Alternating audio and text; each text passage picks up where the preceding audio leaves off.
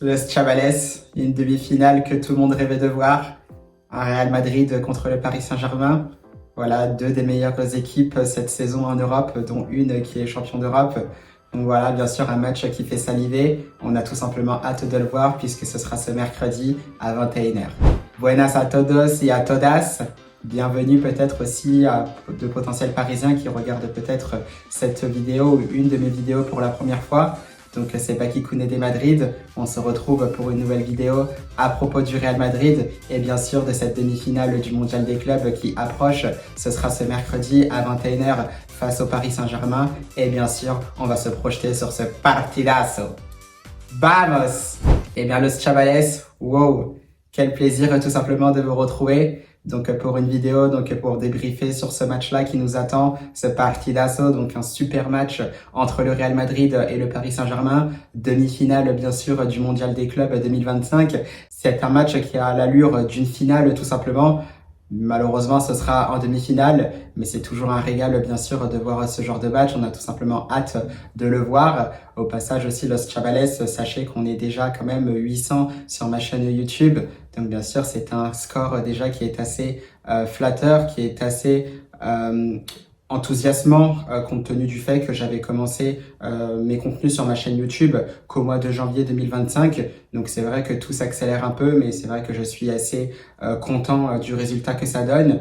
Bien évidemment, ce n'est que le début. Vous pouvez aussi continuer à liker, partager et commenter mes vidéos si bien évidemment elles vous plaisent.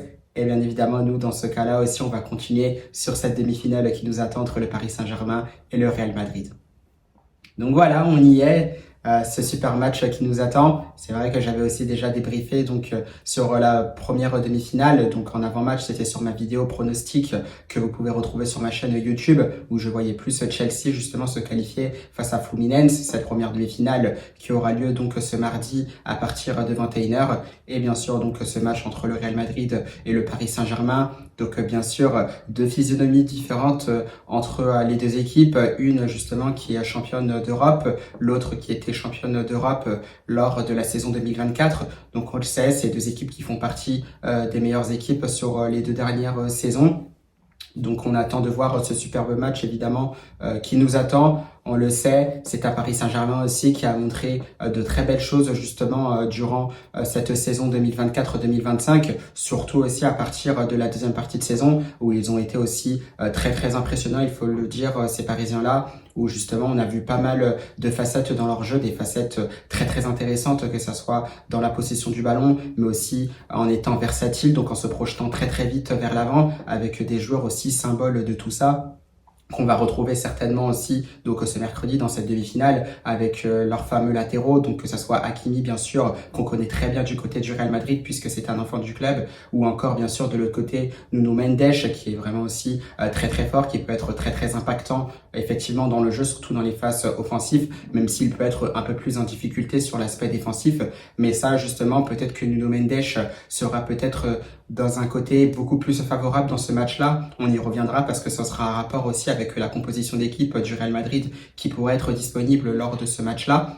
Et bien évidemment aussi, il y a aussi l'animation des milieux de terrain qu'on retrouve très fort aussi, ces milieux de terrain-là du Paris Saint-Germain qui savent combiner, voilà, qui savent aussi défendre, ça presse aussi très fort, mais vraiment au niveau de la possession de balle, au niveau des phases offensives du Paris Saint-Germain, l'animation faite par ces milieux de terrain-là est vraiment très pertinente côté Paris Saint-Germain. On le voit notamment au niveau des premières relances avec Vitinha, notamment qui arrive à organiser ce jeu-là, qui arrive à orchestrer ce jeu du Paris Saint-Germain. C'est vrai, bien sûr, c'est un peu similaire à ce qu'on peut voir avec Pedri du côté du FC Barcelone. Sauf que je trouve que Pedri, par moment, peut être un peu plus haut quand même que Vitinha. Toujours est-il que ces deux-là se ressemblent beaucoup. Et voilà, donc là-dessus, Vitinha, ce sera notamment un des hommes à surveiller côté Paris Saint-Germain. On le sait, ça combine aussi très bien avec Joao Neves. Pareil avec Fabian Ruiz aussi, qu'on connaît très bien en Espagne, puisqu'il a évolué aussi dans le championnat espagnol. International espagnol, effectivement aussi. Il est passé aussi par les espoirs.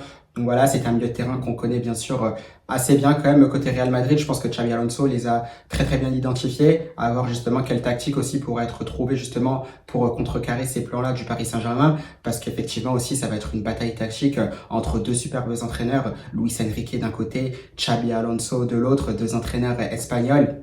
Donc là-dessus, c'est vrai que ça va certainement se rendre coup pour coup. Donc on a hâte de voir ce que ça peut donner. Bien sûr aussi, on le sait, parce qu'avec le Paris Saint-Germain, ça peut aller très très vite devant, même si par moments, ils peuvent aussi avoir ces fameuses phases de possession qui sont vraiment très très belles. Moi, c'est vrai que pour ma part, j'aime beaucoup ce que proposent les Parisiens. Et comme je disais, ça va aussi très très vite. Ça peut prendre la profondeur avec des joueurs comme Vara. Ça peut le prendre aussi avec des joueurs comme Dembélé, Barcola aussi, qui va très très vite. Et ça, justement, ça peut avoir aussi son point d'importance quand on sait que le Real Madrid aussi a quand même du mal à défendre, même avec l'arrivée de Xabi Alonso. Ça se met en place bien sûr petit à petit. Ça n'empêche que ça ne sera pas suffisant évidemment pour ne pas prendre de but face à ce Paris Saint-Germain-là, parce que je vois évidemment les Parisiens marquer dans ce match-là, tout comme le Real d'ailleurs, à voir si ça se fera aussi, parce que dans ce genre de demi-finale aussi, ça peut se terminer 1-0 pour le Paris Saint-Germain, tout comme 1-0 pour le Real Madrid. Donc finalement, on peut s'attendre à des buts, mais ça peut être aussi un match très très serré, avec un score très très serré à la fin, avec très très peu de buts également. Donc on verra bien ce qu'il se passera. Toujours est-il qu'on aime quand même ces forces parisiennes qui sont vraiment très très intéressantes. Ils sont aussi costauds sur l'aspect défensif, parce qu'Hakimi aussi, ça défend très très bien. Pas besoin de le présenter, le latéral marocain. On le connaît très très bien à Madrid, donc je vais pas forcément revenir dessus. Bien sûr, après, on a la défense qui est bien organisée aussi autour de leur capitaine Marquinhos, qui défend aussi très très bien, très très intelligent aussi dans la lecture du jeu, qui arrive généralement à anticiper aussi les offensifs adverses, que ça soit dans des duels aériens, que ça soit pour que les adversaires combinent aussi dans son dos quand ça part en profondeur dans le dos de la défense parisienne. Généralement, Marquinhos aussi arrive à très très bien lire ce jeu-là, ce qui lui permet aussi de très bien défendre par la même occasion. Il était bien accompagné par Pacho aussi, ça peut être aussi une des clés, on y reviendra, mais c'est au même titre que le Real Madrid pour Dean Huijsen, et bien sûr le meilleur gardien d'Europe cette saison, en la personne de Gigi Donnarumma, qui aura fait une saison tout simplement exceptionnelle, surtout en deuxième partie, des parades décisives à l'appel. Ça, je vous le dis, c'est vrai, Los Chavales, moi, pour ma part, ça reste Thibaut Courtois, bien évidemment, de façon générale, le meilleur gardien du monde, parce que Thibaut Courtois, dans l'ensemble, a beaucoup plus prouvé, bien évidemment, que Donnarumma. Ça fait plusieurs saisons qu'il sort et qu'il n'arrête pas de sortir des parades décisives à chaque compétition. Thibaut Courtois, vous le savez, pas besoin de le présenter, de manière générale, ça reste bien sûr le meilleur gardien du monde, mais toujours est-il que sur cette saison-là, c'est inévitablement Donnarumma le meilleur gardien du monde cette saison-là. Donc voilà, d'ailleurs sur ces deux-là, ça va être un match de très très haut niveau, parce que ce genre de match aussi, ça peut se jouer sur la performance des deux gardiens. Donc c'est vrai que Donnarumma et Thibaut Courtois aussi seront extrêmement surveillés, parce qu'évidemment, il y aura certainement des parades décisives. Il peut y avoir aussi des parades manquées, on sait jamais, ça peut se jouer aussi sur des boulettes de gardiens de but. Donc voilà, ces deux-là aussi seront extrêmement surveillés, Thibaut Courtois et Donnarumma, parce que la victoire de l'une des deux équipes peut dépendre justement des deux gardiens, surtout quand on sait qu'on peut se projeter sur une séance de tir au but. Ça peut se passer aussi, Los Chavales. Donc voilà, cette équipe parisienne qui joue vraiment très très bien. Voilà, aussi avec Désiré Doué, qu'on n'oublie pas de mentionner, qui se sera vraiment révélé dans cette deuxième partie de saison, notamment en Champions League. Il aura été vraiment très très fort. On le sait, c'est un joueur très très percutant. Pas besoin de présenter aussi également, on le connaît très très bien en France. C'est un joueur voilà, qui ressemble pas mal à Neymar, qui le prend aussi comme idole. Et c'est vrai que ça, j'aime beaucoup ce qu'il propose, notamment au niveau de la percussion, capable d'éliminer n'importe qui en 1 contre 1. Voilà, il est aussi capable de combiner, de se servir des appels justement de ses partenaires, comme à l'image de son but face au Bayern Munich, où il n'hésite pas à prendre sa chance avec beaucoup de personnalité. Cette frappe croisée pied gauche justement qui finira dans les buts de Manuel Neuer, ça ce sont des choses que j'aime beaucoup. Et c'est ça aussi qui fait que le Paris Saint-Germain est aussi très versatile et qu'il peut être tout aussi dangereux pour cette équipe du Real Madrid. Mais ça évidemment, le Real Madrid en a parfaitement conscience. Donc voilà pour cette équipe parisienne emmenée par Luis Enrique. Bien sûr, on reviendra évidemment sur l'aspect tactique, parce qu'il y aura bien sûr une grosse bataille entre Luis Enrique et Xabi Alonso, ça c'est sûr et certain. Mais maintenant, cette équipe du Real Madrid, tout simplement très très surpris malgré tout, même si c'est vrai que c'était un peu timide, j'ai trouvé au début de la compétition, ce qui peut paraître normal parce qu'on le sait, Xabi Alonso n'a pas eu le temps de se préparer. Vous récupérez une équipe qui était vraiment abattue au vu de la saison qui était en train de se terminer, qui est en train de se terminer d'ailleurs avec ce mondial des clubs, qui peut se terminer tout simplement par une élimination en demi-finale, comme une défaite en finale ou pourquoi pas une victoire en finale. Ça, on aura la réponse bien sûr à partir de demain soir, ou plutôt de mercredi soir, excusez-moi. Donc voilà, c'est un Real Madrid qui se sent beaucoup mieux, qui a continué à monter en puissance.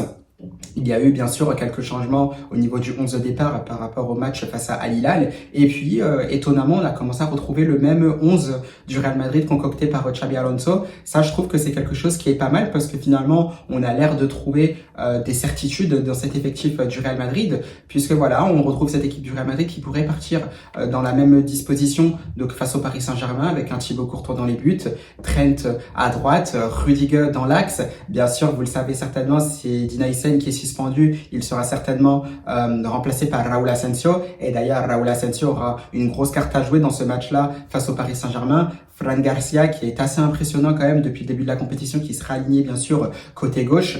Bien sûr, ce milieu de terrain à 4 qui pourra avoir son importance aussi face au Paris Saint-Germain dans cette bataille du milieu vraiment qui s'annonce épique, de superbes milieux de terrain avec notamment Tchouaméni aussi, donc en sentinelle. On va retrouver bien sûr Jude Bellingham, Federico Valverde, bien sûr Arda Güler qui ne cesse d'impressionner depuis que Xabi Alonso l'a relancé donc dans le 11 de départ du Real Madrid. On le sent, il commence à imposer sa patte dans cet effectif du Real Madrid. On le sent, même si c'est vrai que pour ma part, moi j'aimerais le voir beaucoup plus haut, l'international turc, mais ça n'empêche que ça reste très très intéressant dans l'ensemble de la compétition et surtout depuis qu'il est titulaire à partir du deuxième match de ce mondial des clubs face à Pachuca. Donc ça c'est intéressant, ce milieu de terrain 4 qui aura sa carte à jouer tout simplement face au Paris Saint-Germain. On le sait, ils ont des milieux de terrain qui est quasiment ceux qui se fait de mieux en Europe. Jude Bellingham bien sûr depuis plusieurs saisons maintenant, ce n'est plus à présenter. Idem pour Federico Valverde. Arda Güler bien sûr vient d'arriver. Tchouaméni bien sûr dans son rôle de sentinelle pour récupérer des ballons, ça n'en reste pas moins intéressant, surtout quand il se sent très très bien. Et ça tombe très bien parce qu'il aura aussi pas mal de travail face au Paris Saint-Germain avec des joueurs aussi qu'il connaît très très bien. On a personne aussi de quelques internationaux français, donc j'ai hâte de voir ce qui se passera de ce côté-là. Et bien sûr, on a vu aussi Vini Junior, on a vu Gonzalo Garcia, la révélation de ce mondial des clubs, meilleur buteur de la compétition, qui a quasiment scoré à chaque fois, qui a encore scoré face au BFAOB. La question, bien sûr, c'est est-ce qu'il sera aligné, bien sûr, face au Paris Saint-Germain?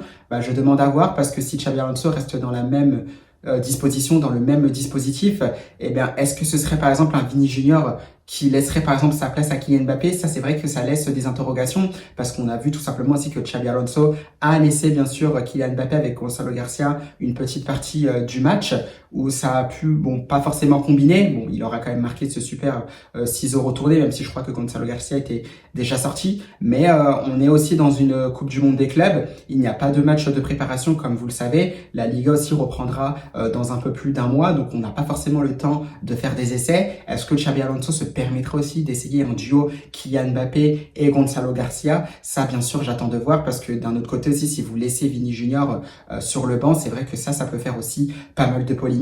Et moi, vous le savez très très bien, Los Chavales, de manière aussi objective, Vini Junior, théoriquement, ça ne doit pas bouger, même si c'est vrai qu'il est moins bien cette saison. C'est vrai que ce serait un message pas très génial si vous le mettiez sur le banc lors de cette demi-finale face au Paris Saint-Germain. Donc à voir ce qu'il se passera de ce côté-là, ou est-ce que les trois peuvent être alignés ensemble, même si ça peut peut-être déséquilibrer l'effectif, même si Gonzalo Garcia, lui, fera certainement les efforts pour défendre, et ce sera là aussi son importance au jeune Espagnol. S'il est titularisé face au Paris Saint-Germain, c'est son pressing, son contre-pressing aussi pour contrecarrer ou pour gêner, bien sûr, les relances parisiennes, tout comme les Parisiens aussi gêneront nos premières relances, tout en sachant que Dina Hysén ne sera pas là. Donc ça aussi, ça peut avoir une grande importance lors de cette confrontation-là. Donc bien évidemment, j'attends de voir ce qu'il se passera par rapport aux titularisations des attaquants. Est-ce que ce sera un duo Gonzalo Mbappé? Est-ce que ça va être Gonzalo Vini comme depuis le départ? Est-ce qu'on va changer? Est-ce qu'on va remettre Vini et Mbappé? Tout en sachant que ces deux-là aussi, Vini et Mbappé, c'est vrai que s'ils sont dans un grand jour avec leur vitesse, parce qu'on le sait, le Paris Saint-Germain, c'est une équipe aussi joueuse, comme vous le savez, qui aime aussi jouer au ballon,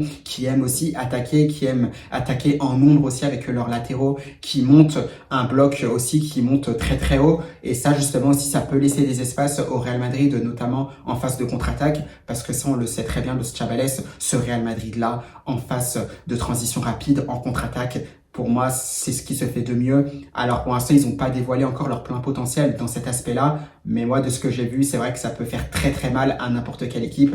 Et ça, je pense aussi que le Paris Saint-Germain en a conscience. Cependant, attention, parce que je pense aussi que le Real Madrid, et là aussi, c'est pour ça que je dis c'est du 50-50, le Real Madrid n'est pas naïf. Il sait aussi qu'il a complètement conscience du plein potentiel du Paris Saint-Germain, que ce Paris Saint-Germain-là aussi peut faire très très mal en phase de transition rapide, en contre-attaque. Ils sont aussi capables de faire très très mal en phase de possession. Donc voilà, c'est vrai que ça va se rendre coup pour coup et c'est pour ça aussi que ce match sera vraiment très très alléchant, qu'il va être très très sérieux, qu'il va être disputé je pense jusqu'au bout, même si on sait jamais si une équipe a plus de réussite qu'une autre. Voilà, il peut y avoir des différences qui peuvent se faire assez tôt dans le match, au bout d'un moment, peut-être jusqu'au dernier quart d'heure, il peut y avoir potentiellement 2-0. Donc on ne sait pas, ça peut aller dans n'importe quel sens, on a vraiment hâte de voir tout ça. Mais ce qui est sûr, c'est que les deux équipes ont conscience évidemment du potentiel de son adversaire. Maintenant, on a hâte de voir ce qu'il se passera pour ce match-là. En tout cas, j'ai tout simplement hâte. Je pense que je l'ai répété au moins 10 fois dans cette vidéo-là, mais j'ai vraiment envie de voir tout ça. Et je pense aussi que quelque part, on est vraiment content de tomber contre le Paris Saint-Germain. C'est vrai que nous aussi, qui sommes fans du Real Madrid en tant que Français, quand on voit le Real Madrid jouer contre un club français, généralement, on est toujours assez content, surtout quand ça a lieu dans un tour important d'une grande compétition. Là, en l'occurrence, c'est le mondial des clubs, mais ça pouvait être aussi d'autres fois, quand on a rencontré Paris Saint-Germain en huitième de finale de Champions League. Pareil aussi, donc que ça soit par exemple Marseille, Lyon, s'ils reviennent à leur meilleur niveau, c'est toujours un plaisir. C'est ce qui fait aussi qu'on a cette grosse attente, notamment en France, pour ce Paris Saint-Germain Real Madrid. Maintenant, on a hâte de voir ce que les joueurs seront capables de nous proposer. Ce qui est sûr, c'est qu'on va se régaler pour ce match-là.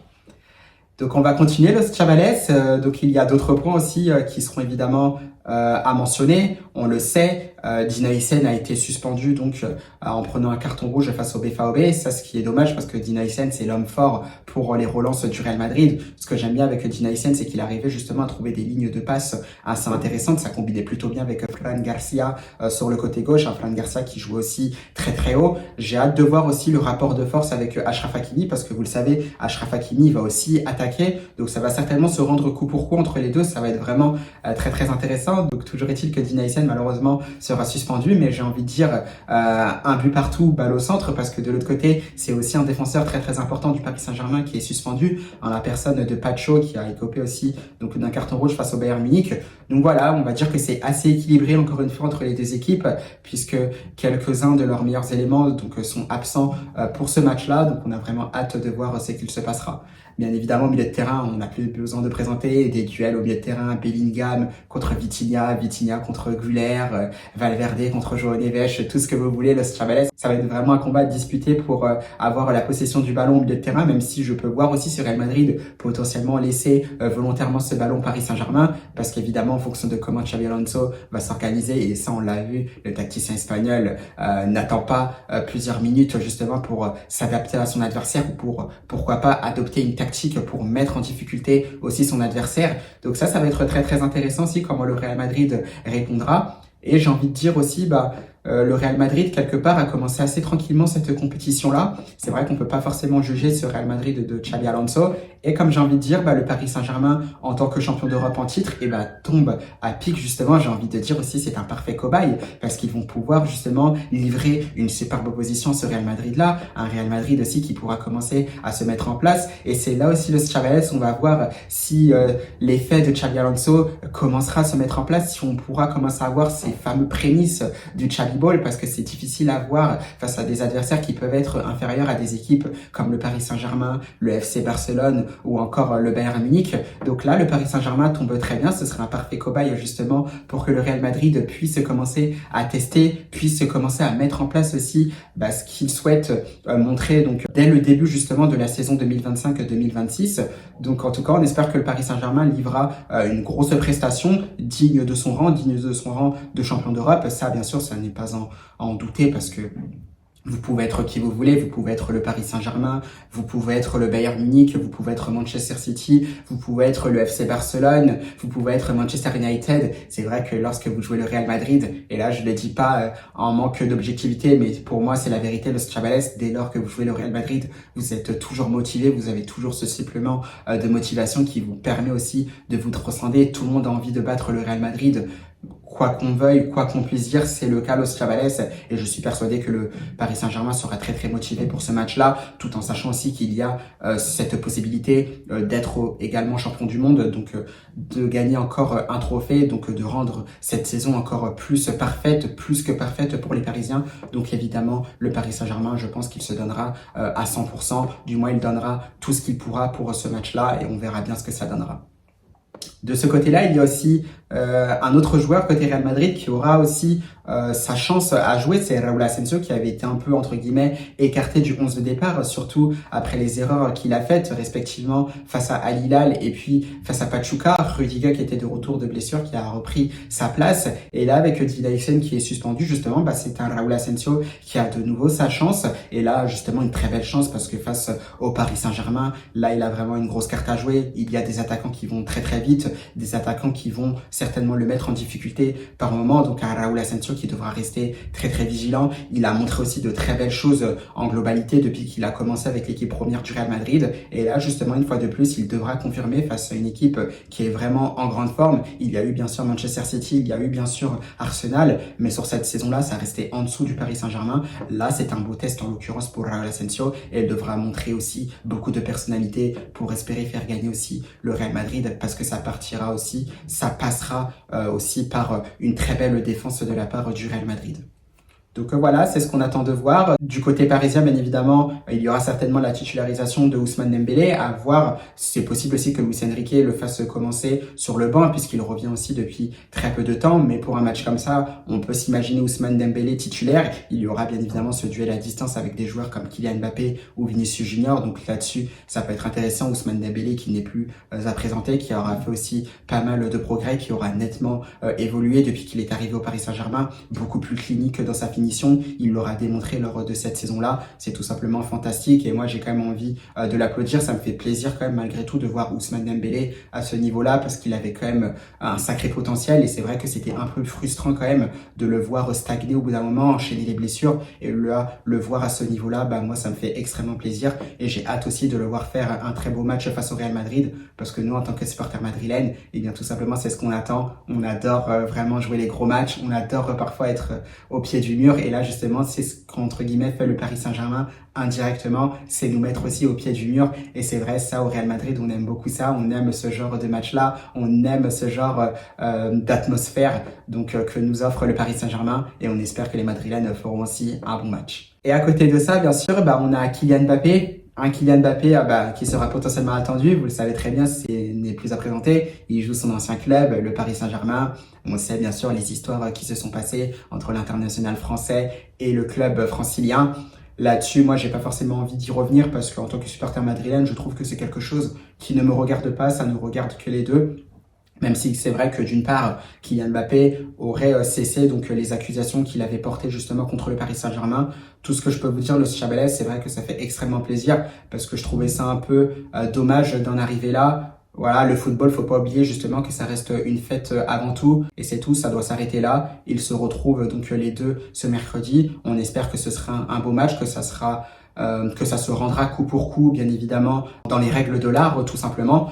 Voilà, avec une équipe du Paris Saint-Germain qui jouera bien sûr sa carte, qui essaiera bien sûr de gagner ce match-là. Pareil pour Kylian Mbappé. Et c'est tout. Nous, on espère vraiment se régaler. Et c'est tout ce que j'ai à dire dans ce cas-là. On espère bien sûr de notre côté madrilène que Kylian Mbappé réalisera un bon match. Il sera certainement motivé. Ce qui est bien avec Kylian Mbappé aussi, c'est que dès lors, visiblement, que c'est la Coupe du Monde, j'ai l'impression que c'était un autre Kylian Mbappé qui est vraiment très très clinique quand même devant les buts. Il l'a encore montré justement face à Dortmund. Je crois d'ailleurs que c'est peut-être sa seule ou peut-être sa deuxième occasion du match. Voilà, qualité de finition, 6 euros tournés. Voilà, il n'y a pas grand-chose à dire. C'est tout simplement fantastique le but qu'il vient de mettre. Encore une fois, surtout avec toute la pression qu'il subit.